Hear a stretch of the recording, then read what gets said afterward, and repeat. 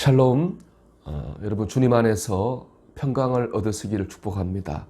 오늘은 그리스도를 본받아 2권 7장 다른 그 무엇보다도 예수님을 사랑함에 대해서 은혜를 나누겠습니다. 주님을 사랑해야 된다는 말에 대해서 반대하는 그리스도인들은 아무도 없을 것입니다. 그런데 여러분, 주님을 사랑한다고 하는 것이 무엇일까요?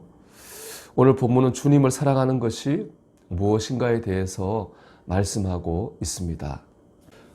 주님을 사랑한다는 것은 먼저 나 자신을 포함한 다른 어떤 것보다 주님을 더 사랑하는 것입니다. 예수님을 사랑한다는 것이 무엇인지를 알고 예수님을 위해서 자기 자신을 멸시한다는 것이 무엇인지를 아는 사람은 복 있는 사람입니다. 예수님을 사랑한다면 당신이 사랑하는 다른 모든 것을 버려야 합니다. 이 글을 보면 예수님을 사랑하기 위해서는 나 자신도 멸시해야 되고 내가 가진 모든 것을 버려야 됩니다. 예수님 말고는 다른 모든 것들을 귀하게 여기지 말아야 됩니다. 그런데 여러분, 이 말을 단순하게 문자 그대로 받아들여서는 안 됩니다. 왜냐하면 주님께서는 우리가 자기 비하에 빠져 살기를 원하시지 않기 때문에 그렇습니다. 또 가족을 버리고 세상을 등지는 것도 주님이 원하시는 바가 아닙니다. 변화산에서 일어난 기적을 생각해 보십시오. 변화산에서 기적이 일어났을 때 베드로는 그것이 너무 좋아서 그곳에 살기를 원했습니다. 주님께 청했습니다.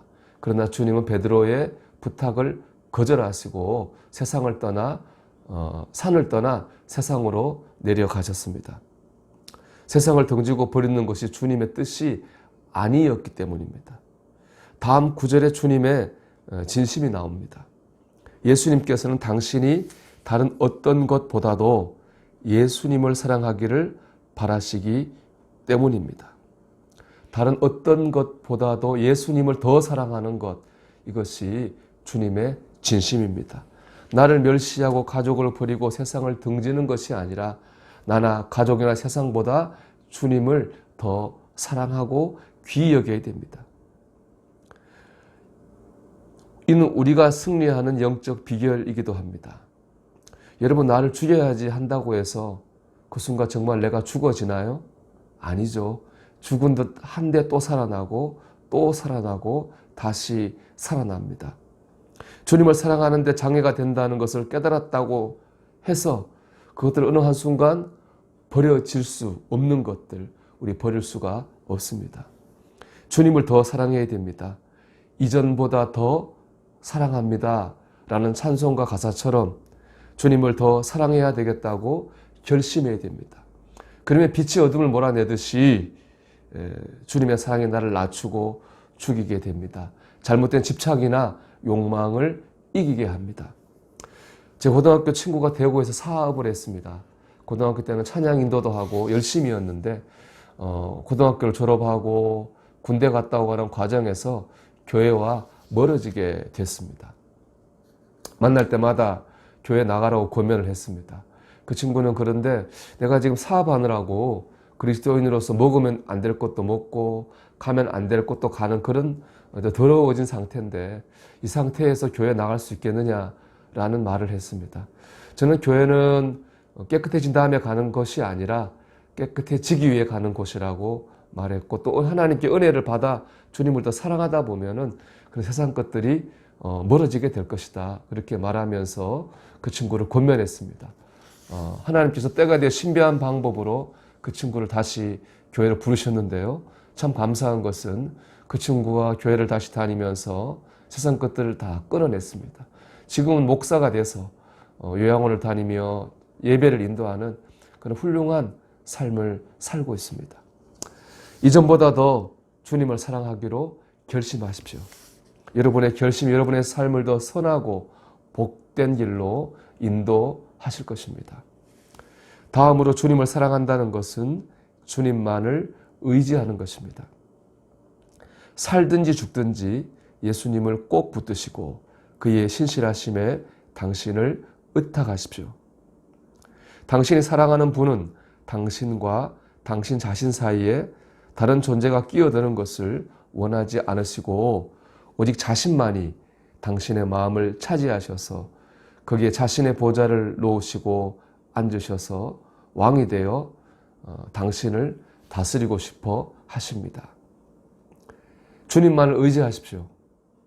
주님께서는 당신과의 관계에서 다른 어떤 사람이나 어떤 것들이 그 사이에 끼어들기를 원하지 않으십니다. 특히 마음을 차지하신다는 이 말씀이 저는 도전이 되었습니다. 주님은 우리의 마음을 온전히 차지하고 싶어 하십니다. 여러분, 여러분의 마음을 지금 차지하고 있는 것은 무엇입니까? 그 사람이든 어떤 일이든 건강이든 어떤 목적이든 분명히 여러분에게 너무나 귀한 것일 겁니다. 여러분이 좋아하는 것일 겁니다. 그렇기 때문에 지금 여러분의 마음을 차지하고 있겠죠. 그런데 여러분, 이 말씀으로 여러분의 마음을 차지하고 있는 그것들을 한번 살펴보십시오. 이사야 40장 6절에서 8절의 말씀입니다. 모든 육체는 풀이요 그의 모든 아름다움은 들의 꽃과 같으니 풀은 마르고 꽃이 시들면 여호와의 기운이 그 위에 불미라. 이 백성은 실로 풀리로다. 풀은 마르고 꽃은 시드나 우리 하나님의 말씀은 영원히 서리라 하라. 여러분의 마음을 차지하고 있는 것들이 풀이나 들의 꽃 같은 것들은 아닙니까? 그렇다면 그것은 때가 되면 꼭 시들고 마르게 될 것입니다. 그러므로 우리는 그것들로 인해서 우리의 마음을 빼앗길 것이 아니라 예수님을 온전히 의지해야 됩니다. 여러분 결심하십시오. 이전보다 더욱더 의지하기를 결심합니다. 마지막으로 주님을 사랑한다는 것은 주님의 말씀을 따라 사는 것입니다. 모든 일에서 예수님을 찾는다면 반드시 예수님을 발견하게 될 것입니다. 우리는 모든 일에서 예수님을 찾아야 합니다. 이 말은 예수님의 뜻을 찾아야 된다는 말이고 그 일들 속에서 예수님의 말씀을 따라 살아야 되겠다는 말씀입니다. 가정이든 직장이든 교회든 세상이든 우리는 모든 곳에서 예수님의 뜻을 찾고 예수님의 말씀을 따라 살아야 합니다. 우리가 주님을 사랑한다는 말을 할 때 그 사랑이라는 말은 그저 감정적인 단어가 아닙니다. 요한복음 14장 21절을 보면 나의 계명을 지키는 자라야 나를 사랑하는 자니 라고 말씀하고 있습니다. 주님을 사랑한다고 하는 것은 주님의 말씀을 따라 살겠다고 하는 결단, 뜻이, 행동이 포함된 그런 말씀입니다. 여러분, 모든 일에서 주님을 찾으십시오. 주님의 말씀을 따라 행하십시오. 그것이 주님을 사랑하는 것입니다. 우리가 주님을 사랑한다면 이렇게 결단해야 됩니다. 이전보다 더욱더 순종하겠습니다.